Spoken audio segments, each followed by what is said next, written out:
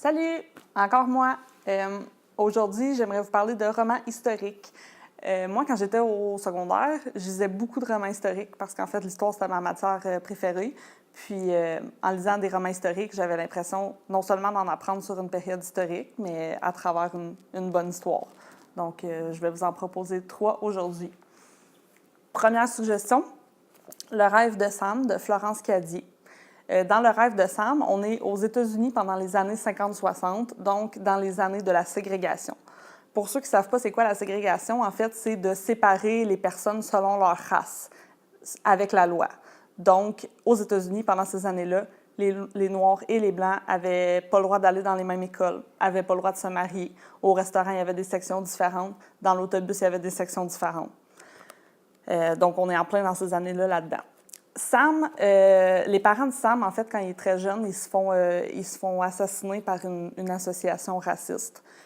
Puis Sam s'en va habiter chez sa tante, Rosa Parks. Rosa, un jour, dans l'autobus, elle décide qu'elle se lève, elle veut pas se lever pour laisser sa place à un blanc.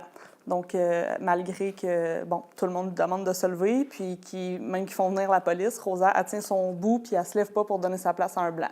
Puis ça, c'est l'élément déclencheur qui va déclencher la révolution des droits civiques aux États-Unis pour les Noirs. Puis cette révolution-là est menée par Martin Luther King. Donc, dans ce livre-là, Sam, il prend part à cette révolution-là. Il veut étudier pour devenir juge, donc vraiment changer les lois pour qu'il n'y ait plus de ségrégation là, aux États-Unis. Là, je ne vous dis pas s'il va réussir à devenir juge, ça sera à vous de lire le livre pour le découvrir. Mais tout au long de ses études, là, il va vraiment faire plein de choses, plein de gestes là, dans cette révolution-là. Donc, c'est vraiment un super bon livre, puis ça se lit assez vite. Puis c'est vraiment un sujet intéressant, puis une période intéressante à découvrir. Une période que moi, je connaissais pas beaucoup avant d'arriver à l'université. Donc, j'aurais aimé ça, lire un livre comme ça au secondaire pour en apprendre davantage là-dessus. Très bonne lecture.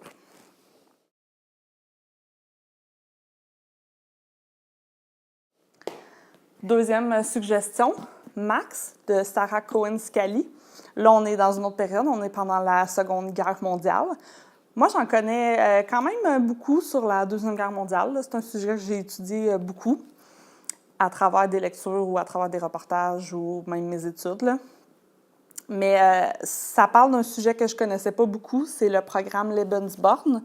Ce programme-là, mis en place par les nazis, visait à créer une race parfaite. Donc, avec des Aryens, hommes et femmes, ils essayaient de créer des enfants parfaits pour faire une armée d'hommes parfaits pour le nouveau pays allemand, là, dans le fond.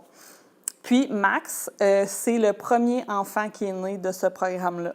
Donc, on est vraiment dans la tête de Max dans ce livre-là. Puis, on voit à travers tout ce qui passe dans son éducation pendant qu'il grandit. Donc, on voit vraiment les idéologies qui se fait mettre en tête par les nazis. Donc, c'est vraiment, vraiment intéressant. Puis, en fait, Max, bon, c'est ça, on le suit dès qu'il est bébé, puis on grandit avec lui. Puis, on va même le voir, bien, c'est sûr que lui, Max, il va grandir, il va détester les Juifs, puis il va même participer à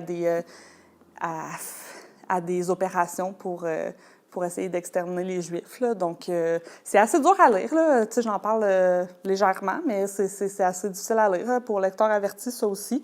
Puis, mais c'est une bonne lecture. Puis, à tous ceux que je l'ai conseillé, tout le monde a vraiment adoré ça. Puis, moi aussi. Puis, c'est une lecture qui reste quand même dans notre tête là, longtemps après qu'on ait lu ça. Donc, très, très bon. Puis, je le conseille à tous ceux qui s'intéressent à cette période-là.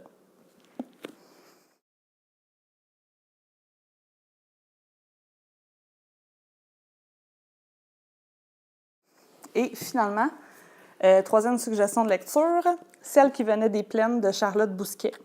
Ce livre-là, pourquoi il m'a attirée? Bien, c'est parce qu'il a été nominé au prix des libraires hors Québec, Jeunesse hors Québec. C'est pour ça que c'est ça qui m'a attirée, parce que moi, j'aime beaucoup les livres qui sont primés ou qui sont finalistes pour des prix. Dans ce livre-là, on parle de l'époque western aux États-Unis, donc fin des années 1800. Fin des années 1800? Je pense que oui. Puis, en fait, dans ce livre-là, il y a plein de personnages historiques. Puis, on suit, en fait, un journaliste, Virgile, Lui, Virgile, son père a été tué par une femme qui était une cowgirl, là, dans le fond, là, une cowboy, mais au féminin. Là, Puis lui, il veut se venger de la mort. Il veut venger la mort de son père, retrouver cette femme-là et la tuer. Donc, il va la traquer, il va la retrouver dans une petite cabine là, près de la mer.